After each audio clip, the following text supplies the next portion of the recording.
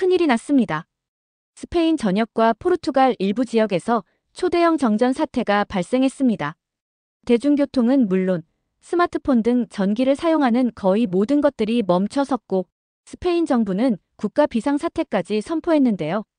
스페인 외곽 지역에 있는 학교의 교장인 그는 학교가 완전한 암흑에 빠지자 당황했습니다. 학교 전체가 정전된 상황에서 당뇨병을 앓고 있는 학생의 인슐린이 냉장고에 있었고 냉장고 온도가 올라가며 위험에 처했습니다. 왜 한국 장비를 믿어야 하죠? 그가 의심스러운 눈길로 물었습니다. 그는 평소 한국 제품을 싸구려로 여겼습니다. 그러나 절망적인 순간 아무도 예상치 못한 변화가 시작되었습니다. 안녕하세요. 저는 토마스 알렉산더라고 합니다. 스페인 세비야 외곽에 있는 라스 마르가리타스 초등학교 교장이죠. 이 학교를 10년 넘게 맡아오고 있었어요.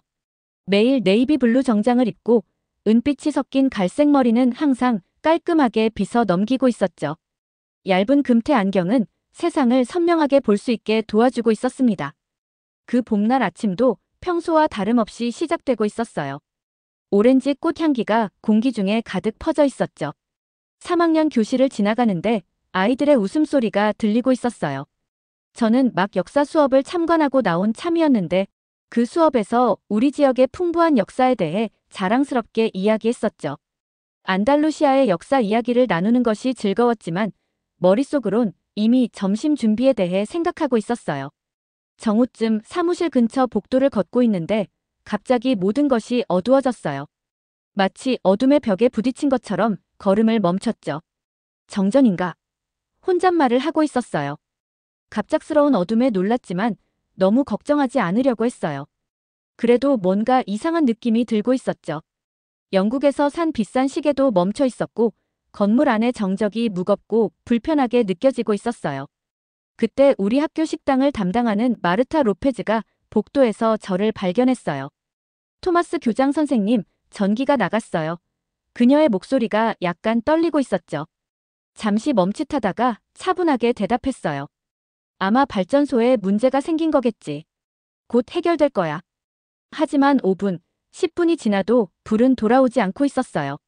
아이들은 처음엔 호기심에 어둠에 대해 흥분하고 있었지만 시간이 지날수록 그 흥분은 걱정으로 바뀌고 있었죠. 아이들의 두려움이 커질수록 건물은 더 조용해지고 있었어요. 비상등은 잘 작동하고 있어요. 자신감 있게 모두에게 말하고 있었죠. 하지만 사실 제 사무실의 비상등조차 작동하지 않고 있었어요. 뭔가 심각하게 잘못되고 있었죠. 그때 하비에르 모랄레스 교감이 제 사무실로 뛰어들어왔어요. 이마에는 땀이 흐르고 얼굴은 심각하고 걱정스러워 보이고 있었죠. 교장 선생님, 비상 발전기가 전혀 작동하지 않아요. 지난달 점검했을 때는 괜찮았는데. 죄책감이 밀려왔지만 지금은 그런 감정에 빠질 때가 아니었어요. 리더십을 발휘해야 했죠. 300명의 어린 학생들과 모든 교사들이 저를 믿고 의지하고 있었으니까요. 가장 큰 문제는 학교 영양사인 엘레나 로페즈가 끔찍한 소식을 전해줬을 때 발생했어요. 토마스, 소피아의 인슐린이 의료용 냉장고에 있어요. 이대로 가다간 약이 못 쓰게 될 거예요. 소피아는 제 3학년 반의 10살 된 당뇨병 여학생이었어요. 그녀의 인슐린은 2도에서 8도 사이로 차갑게 보관해야 했죠. 하지만 냉장고는 이미 20분 동안 꺼져 있었고 식당의 온도는 25도가 넘고 있었어요. 약이 망가질 수 있는 상황이었죠. 저는 등골이 서늘해지는 기분을 느끼며 주변의 웅성거림도 잠시 잊었습니다. 곧바로 소피아의 어머니인 이사벨라에게 전화를 걸었어요. 하지만 그녀는 병원에서 새 인슐린을 받아오는데 최소 2시간은 걸릴 거라고 했죠. 절망감이 밀려왔지만 전화를 끊으며 해결책을 찾겠습니다라고 다짐했어요. 땀방울이 이마 위로 자꾸만 맺혔고 식당에선 아이들과 교사들의 시선이 모두 저에게 집중되었죠. 휴대폰을 꺼내들고 지역의 모든 발전기 대여 회사에 전화를 걸었어요. 하지만 돌아오는 답변은 하나같이 같았습니다. 모든 발전기가 이미 대여 중입니다. 4시간 후에나 가능할 것 같네요. 안달루시아 전체 지역이 동시에 정전된 상황이었으니까요. 비즈니스 센터와 호텔들마저 도움을 요청하고 있었고 제 심장은 더욱 빠르게 뛰었어요. 더 이상 기다릴 수 없어 절망감은 점점 깊어졌지만 저는 머릿속으로 가능한 모든 대안을 되새기기 시작했어요. 그때 문득 떠올랐어요. 2달 전 코리아 스토어라는 한국 상점을 방문했었는데 주인이 캠핑용 배터리에 대해 언급했던 게 기억났어요. 캠핑용 배터리도 팔고 있어요. 조명이나 워터펌프에 전원을 공급할 수 있고 가끔 학생 행사에 대여도 해드려요. 라고 말했었죠. 삼성이나 LG 같은 한국 브랜드는 들어봤지만 그 제품들을 사용해 본 적은 없었어요. 이 절박한 순간 마지막으로 한번 시도해 보기로 했어요. 소피아의 인슐린을 구하고 위기 상황에서 학교를 운영하기 위한 유일한 희망일지도 모른다는 생각이 들고 있었죠. 주위의 어둠이 점점 더 짙어지면서 복도의 형광등조차 깜빡이다 꺼져버렸어요. 창밖을 내다보니 길거리 가로등도 모두 꺼져 칠흑 같은 밤이 내려앉은 듯 했죠. 떨리는 손가락으로 휴대폰을 집어들고 저는 다시 한번 코리아 스토어 번호를 눌렀어요. 심장 박동이 귀에 울릴 정도로 빨라졌지만 어쩔 수 없었어요. 소피아의 인슐린이 곧 상할 위험이었으니까요. 전화벨이 3번 울리고 나서야 누군가 전화를 받고 있었어요. 코리아 파워입니다. 침착한 목소리가 들렸습니다. 한국 가게 주인인 김준호 씨였어요. 그는 45세로 깔끔하게 짧게 자른 검은 머리에 작은 독서용 안경을 쓰고 있었죠. 항상 짙은 회색 재킷에 흰 셔츠를 입고 손목에는 스마트워치를 차고 있는 분이었어요. 라스 마가리타스 학교의 토마스 교장입니다. 저는 빠르게 말했어요. 학교에 큰 정전이 일어났어요. 혹시 큰 냉장고를 돌릴 수 있는 캠핑용 배터리가 있나요? 학생의 약이 차갑게 보관되어야 하거든요. 전화 너머로 잠시 침묵이 흐르고 있었어요. 그러다 김준호 씨가 분명한 결심을 담아 말했습니다. 밸런스 박스 2대가 있습니다. 20분 안에 학교로 가져갈게요. 지금은 돈 걱정 마세요. 안전이 먼저니까요.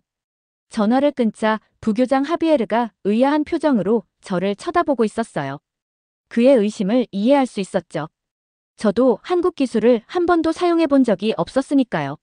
하지만 다른 선택이 없었어요.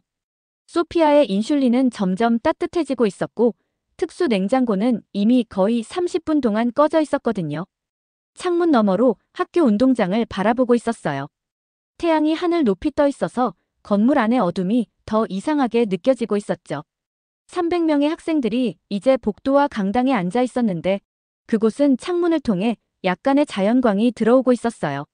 선생님들은 이야기와 조용한 게임으로 아이들을 진정시키려고 애쓰고 있었습니다. 제가 학생들을 확인하고 있을 때 학교 정문 앞에 차 한 대가 멈춰 서는 것이 보였어요. 하지만 김준호 씨가 아니었어요. 지역 발전기 대여 사업자인 카를로스 로베르토였죠. 그는 곱슬거리는 짙은 갈색 머리에 항상 작업복을 입고 허리에는 공구 벨트를 두르고 다니는 사람이었어요. 그의 얼굴은 사무실로 성큼성큼 걸어오면서 벌겋게 달아오르고 있었습니다. 토마스, 이게 무슨 미친 짓이야. 로베르토가 손을 휘저으며 소리쳤어요.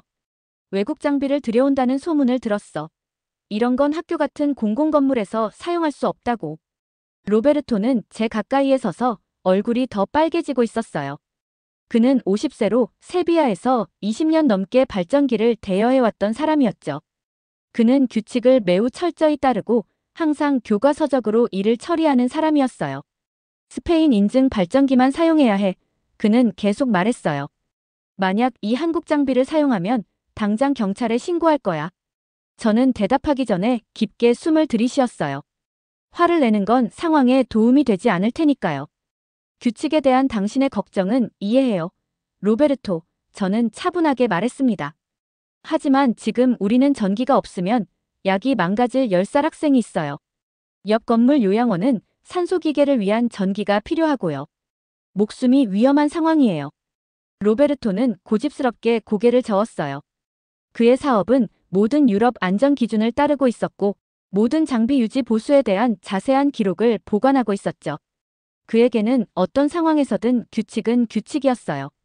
로베르토가 더 말하기도 전에 2대의 흰색 차량이 학교에 도착했어요. 아이오닉 5 전기차였죠. 김준호 씨를 선두로 6명의 한국 커뮤니티 회원들이 내렸는데 김준호 씨는 앞면에 파란색 불이 있는 큰 검은색 상자 2개를 들고 있었어요. 그들은 빠르고 목적 의식을 가지고 움직이고 있었습니다. 이것들은 K-밸런스 박스예요. 김준우 씨는 장비를 학교로 가져오면서 설명했어요. 각각 15kW 용량을 갖고 있습니다. 냉장고와 비상등을 쉽게 작동시킬 수 있어요. 김준우 씨는 단순히 장비만 가져온 게 아니라 해결책을 가져오고 있었어요. 그는 명확하고 간단한 지시로 박스가 어떻게 작동하는지 보여주었죠. 긴 설명에 시간을 낭비하지 않고 빠르게 작동시키는 데 집중하고 있었습니다. 로베르토는 팔짱을 끼고 굳은 표정으로 옆에 서 있었어요. 이건 규정 위반이야. 그는 고집을 부렸습니다. 김준우 씨는 언쟁하지 않았어요. 대신 태블릿을 꺼내 로베르토에게 장비의 안전 인증서를 보여주었죠. 한국 커뮤니티 회원들은 또한 전기차에서 특수 케이블을 꺼내고 있었습니다. 이것들은 차량에서 부하로 전력을 공급하는 케이블입니다. 한 회원이 설명했어요. 각 차량은 3.6kW의 전력을 제공할 수 있어요.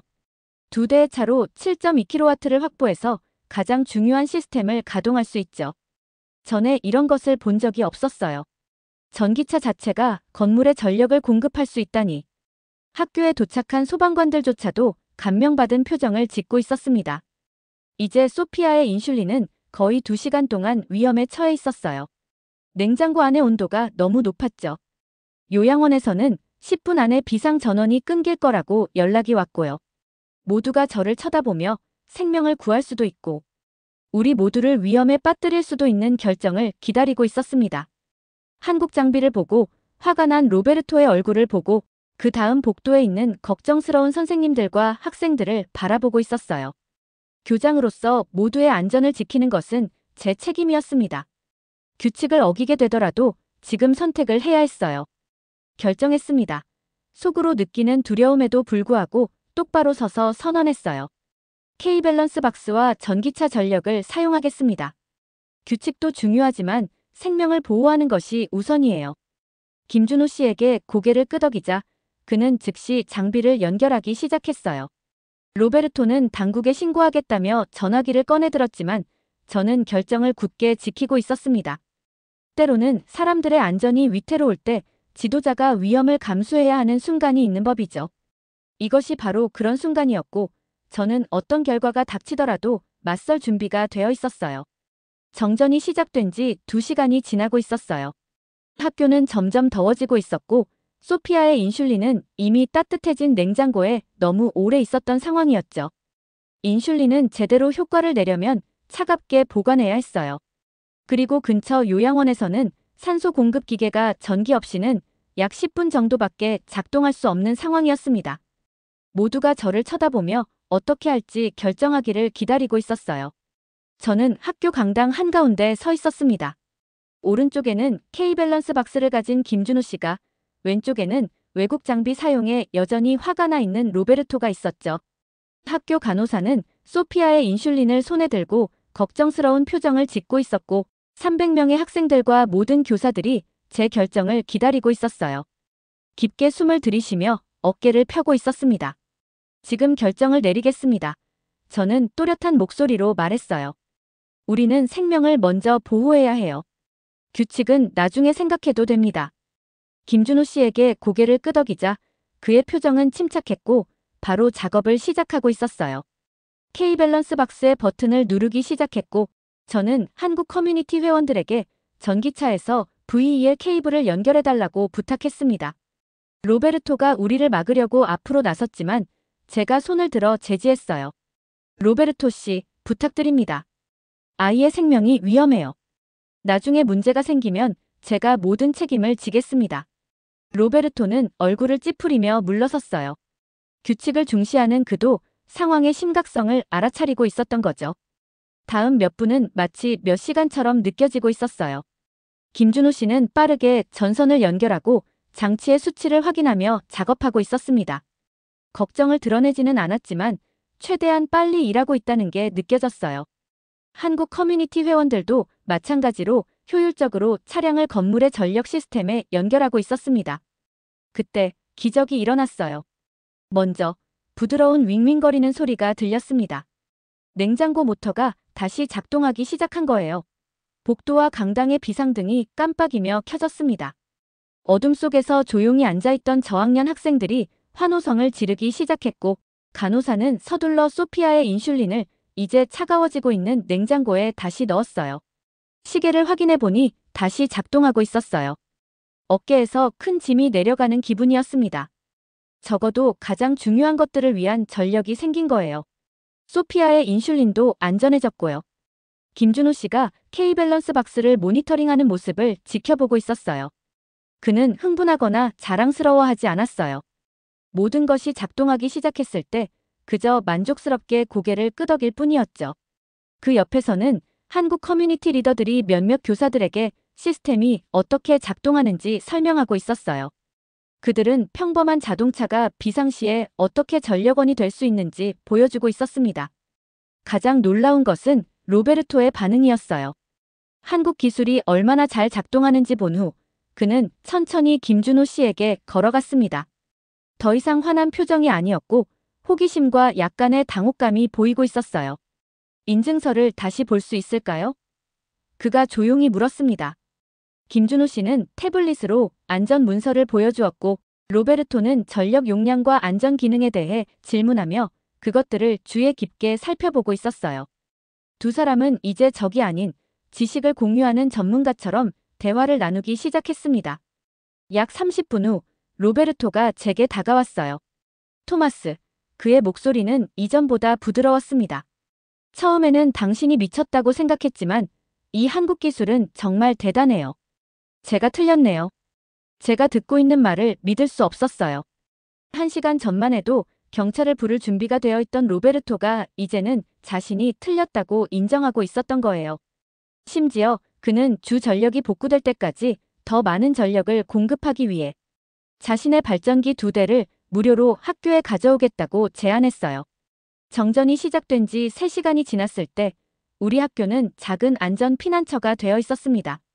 냉장고를 차갑게 유지하고 비상등을 켜고 심지어 방을 시원하게 유지하기 위한 선풍기 몇 대를 돌릴 만큼 충분한 전기가 있었어요.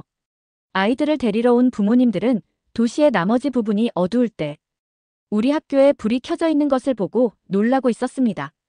가장 아름다운 순간은 소피아의 어머니가 복도에서 저를 찾았을 때였어요.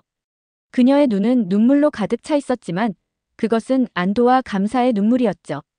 그녀는 아무 말도 하지 않았어요. 할 필요도 없었습니다. 저는 그녀의 기분을 이해하고 있었어요. 그녀의 딸이 안전했고 그것이 가장 중요한 거였으니까요.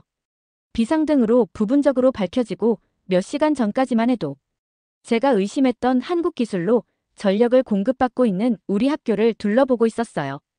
위기는 아직 끝나지 않았지만 우리는 가장 큰 도전을 극복했습니다. 그 과정에서 우리는 예상치 못한 동맹자들과 해결책을 찾았어요. 제 시계는 오후 3시 15분을 가리키고 있었습니다. 주 전력은 아직 복구되기까지 몇 시간이 더 걸릴 수도 있었지만 우리는 이겨낼 수 있을 거예요. 빠른 판단력, 새로운 기술, 그리고 서로를 도울 의향이 있는 사람들 덕분에 우리는 가장 어두운 시간을 희망의 순간으로 바꾸고 있었던 거죠. 정전이 시작된 지 5시간 후 드디어 주 전력이 다시 돌아왔어요. 제 사무실에 서 있는데 갑자기 천장의 불빛이 깜빡이더니 밝게 빛나기 시작했어요. 학교 전체 교실에서 환호성이 터져 나오고 있었죠. 하루 종일 어깨를 짓누르던 무게가 서서히 벗겨지는 느낌을 받으며 미소 짓고 있었어요. 학생들을 집으로 보내기 전에 아이들이 멋진 아이디어를 냈어요.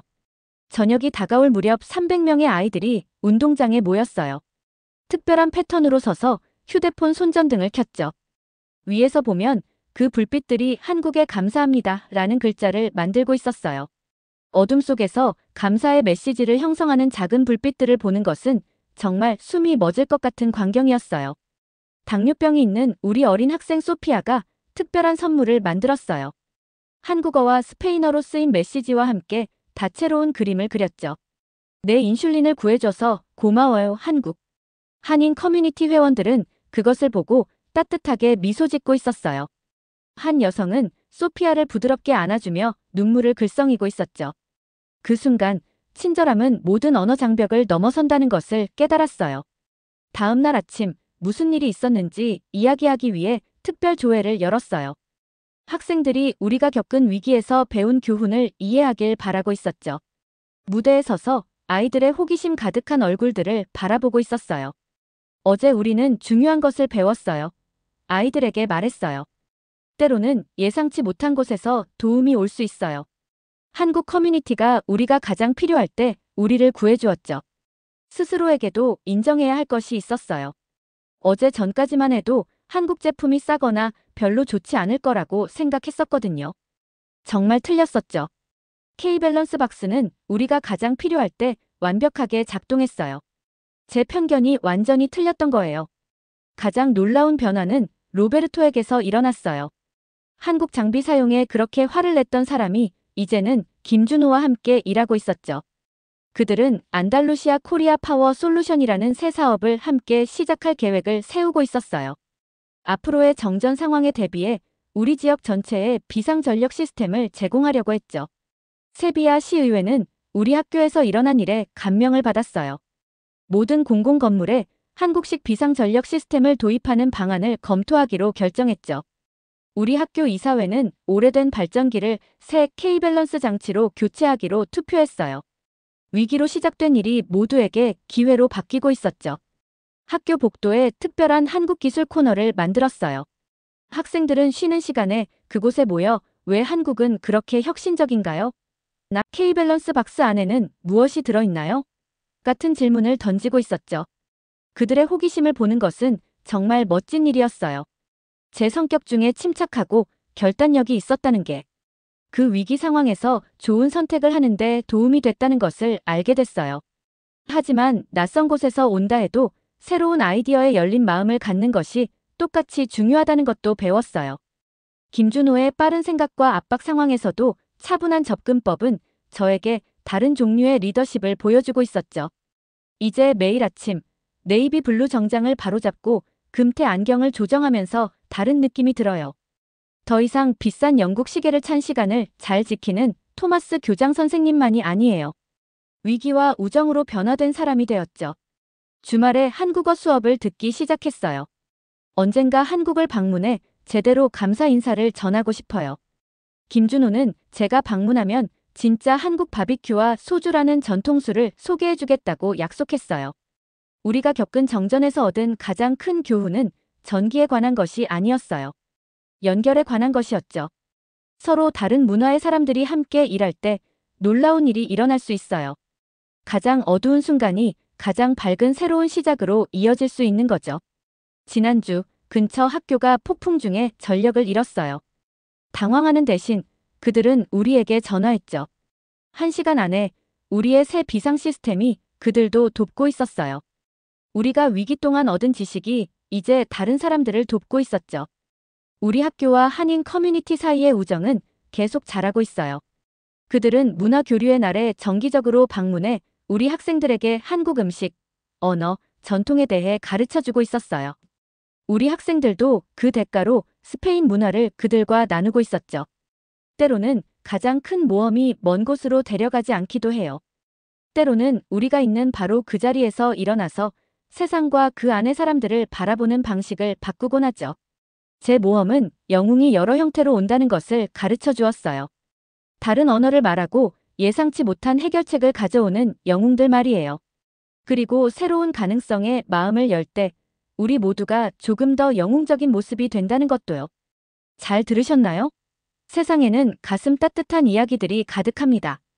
감동 힐링 사연은 해외에서 전해지는 감동적인 사연들을 소개하며 다양한 이야기들을 통해 위로와 희망, 그리고 하루의 힐링을 선물해드립니다. 조그마한 힐링이 되셨다면 구독과 알림 설정도 큰 힘이 되어요. 다음 영상에서 더 좋은 사연으로 찾아뵙겠습니다. 시청해주셔서 감사합니다.